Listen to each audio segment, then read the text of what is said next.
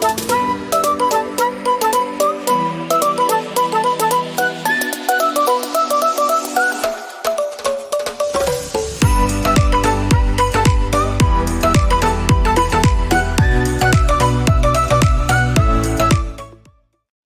everyone, my name's Craig and welcome to Explorer Life.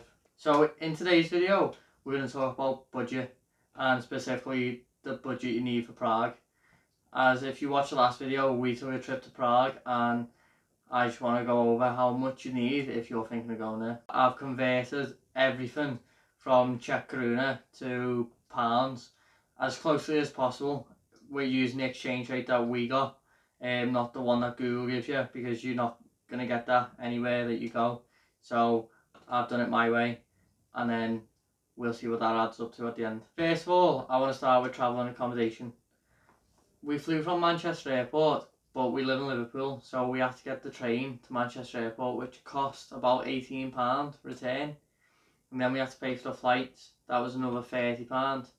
And then we got a twin room, that was £60, split between two, so that's another £30 for me. Comes to a total of £78 for all our travel and accommodation to get to and from Prague. Next I want to talk about public transport, and I'm going to start with a big warning and some advice. When you land, don't get a taxi. Whatever you do, don't get a taxi from the airport to Prague unless you're willing to confirm a price before you get in the taxi and you're comfortable with that price. Don't do it. We done it and the price was almost double what the hotel said it should have been when we got into the hotel. So I paid £19 for my half of the taxi, but the hotel said it should have only been about £11 each, so we paid an extra £7 than we had to. I'd suggest getting the train from the airport, as it takes around the same time to get from the airport to Prague city centre using a taxi or the train. And for the train from the airport to Prague city centre, it'll cost you about £1.20. We used the train twice. I used it to get from our hotel to the zoo, that was £1.20, and then from the zoo to the airport, and again that was £1.20. That gave me a total of £21.50 for public transport. Public transport's so cheap. You pay for 60 minutes, 90 minutes, or you can get like day or week passes, but it's just so much cheaper than most places in Europe, and it's nice as well. Like, it's a good standard, and if you need to get about, definitely take public transport and not taxis, as you'll save yourself loads of money. Next, I'm going to talk about the food. Now, when we got there, we got a pizza between us. We got a 20-inch pizza, and that came to about £11, so that's £5.50 for me. And then the next day, we had breakfast, but breakfast was covered by our hotel, so we didn't have to pay for breakfast any of the days that we were there, and that pretty much done us for lunch as well, as we'd eat as much as we could so that we didn't have to eat until dinner time. So for dinner we got two courses. We either got a starter and a main, or a main and a dessert. So we were there for 3 nights, so we got 2 mains and a starter and a dessert.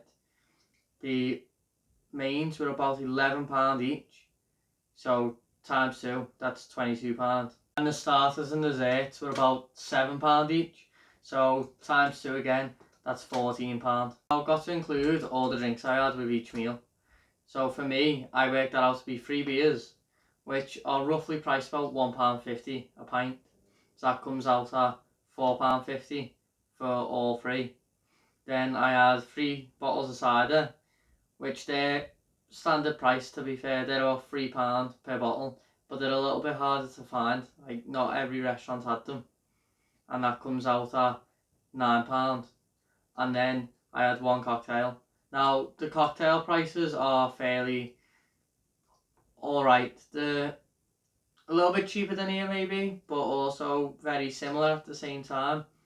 It came out to about £6, and over here at a pub you'll easily get one for that, but at a restaurant it might cost you £8 or £9, so it depends where you're drinking and what part of England you're in, but for me, I thought that was fairly similar to here.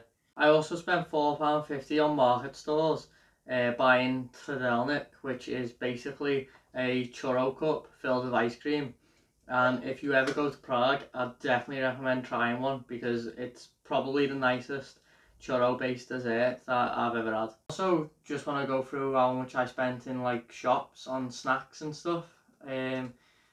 I only spent about £2 as I only bought a few chocolate bars and some sweets. I didn't buy any drinks because I just fill up one of these up at the hotel and just take it out for the day.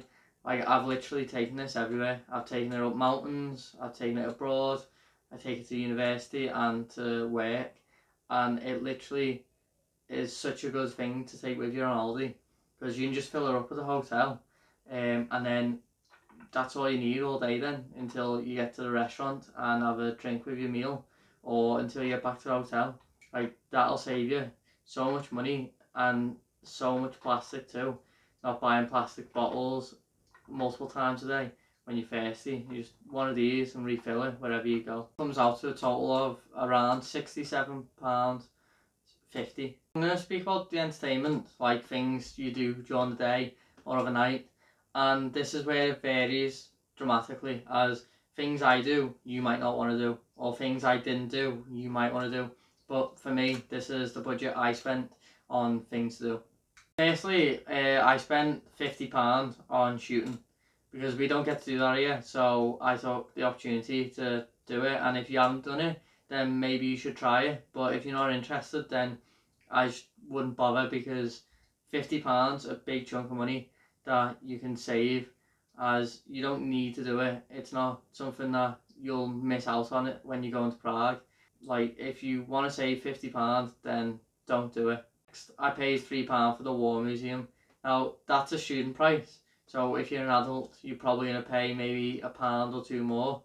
But if you're a student, just beware that in most places you can get student discount. I then spent £9 going to the zoo, but that was adult price. We didn't see that they had student discount when we got there, and we'd already paid, and we didn't really want to go through the hassle of explaining that was student, so we just paid the adult price, as again it's only £1 or two difference. We also paid about £5.50 to go to the top of the castle and look out above the city.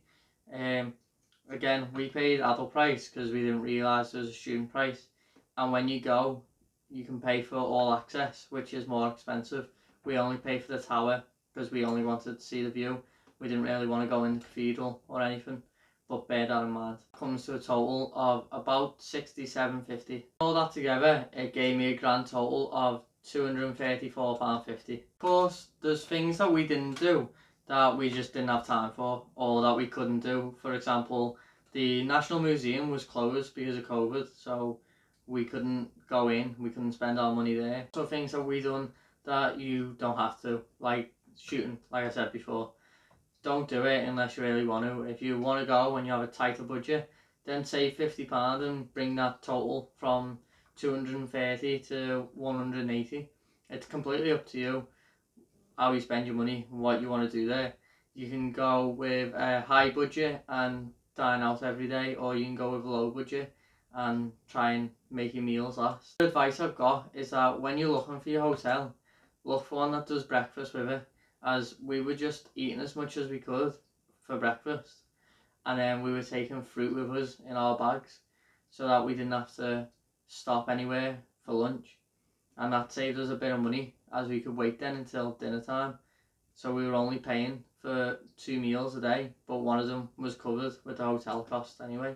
And I just want to reiterate, if you're trying to save money, use public transport. Don't use taxis at all.